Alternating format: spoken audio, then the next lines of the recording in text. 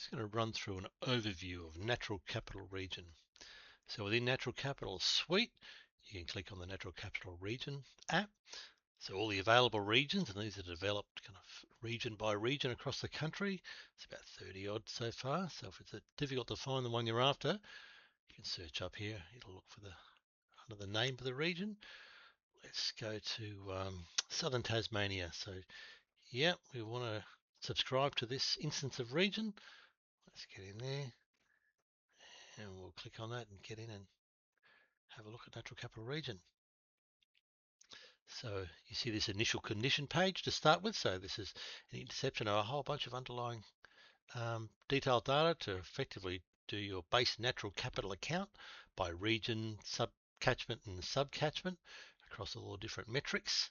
You can see the details there, and you can do a quick heat map as well, which is quite useful, being able to look for hotspots.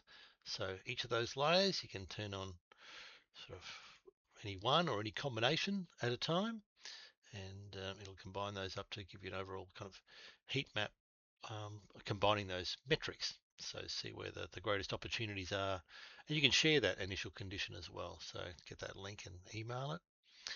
So the core activity in Natural Capital Region is creating scenarios. So I'll give a scenario a name. So this scenario is an investment portfolio opportunity, if you like. So have a crack here at doing a revegetation and preservation scenario, and let's kind of cap that $20 million investment. So where would $20 million, where should we spend that?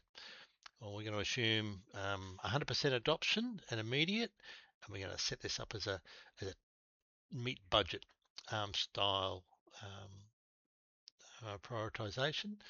So where do we want to do it? We're going to turn off these regions over in the west that are pretty forested to start with. And let's have a look at the actions we might do. So underlying Natural Capital Region, we have libraries of actions. So we've got a default library here with 57 actions in this part of the world. So these are kind of region by region specific collections of actions, and you can develop your own custom actions, of course, that are more tailored to the local area. So we might filter that down. We don't want to do all 57. Let's just look at the preservation revegetation style actions in here. So that narrows the pile down to 23.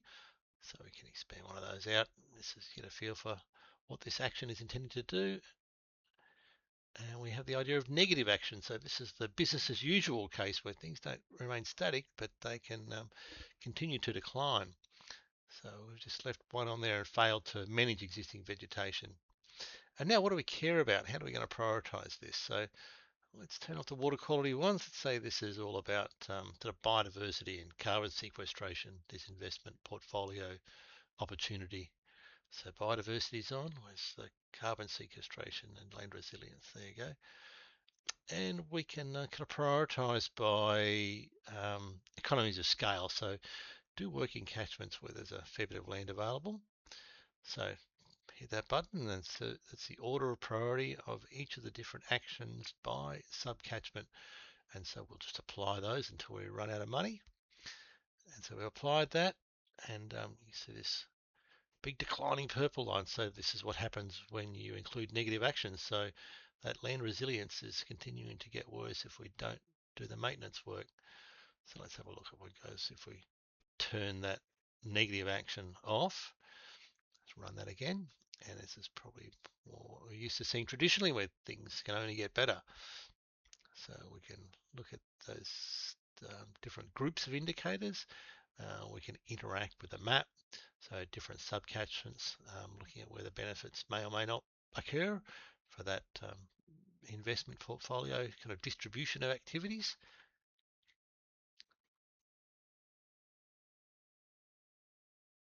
We're going to have a look at the cost of that.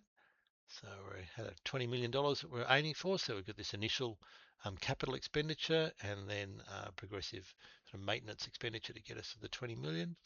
And this is a marginal cost abatement curve across the bottom, dollars and y-axis improvement. And then on the bottom there, the interventions that are being applied, and the cost and area and improvements. Now we can share that as well. So there's a link there that you can share around.